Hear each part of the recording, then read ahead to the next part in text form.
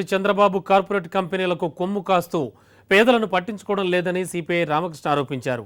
పేదలకు కనీసం ఇళ్ల స్థలాలు కూడా ఇవ్వకుండా కార్పొరేట్ కంపెనీలకు మాత్రం వేలకు వేల ఎకరాలు అప్పణంగా కట్టబెడుతున్నారని మండిపడ్డారు. టీడీపీ ప్రభుత్వ ప్రజా వ్యతిరేక విధానాలకు నిరసనగా ఏప్రిల్ 23న అన్ని కార్యాలయాలను ముట్టడిస్తామని రామకృష్ణ తెలిపారు. చంద్రబాబు నాయుడు గారి పరిపాలనలో కార్పొరేట్లకు పెద్దపీట వేస్తూ ఉన్నాడు. వేల ఎకరాల భూములని వారికి పంచిపెడతా ఉన్నాడు. దేశ విదేశాలు స్పెషల్ ఫ్లైట్లో తిరిగి వారికి రెడ్ కార్పెట్ పరుస్తూ ఉన్నాడు. అన్ని రకాల రాయితీలు ఇస్తామంటా ఉన్నాడు.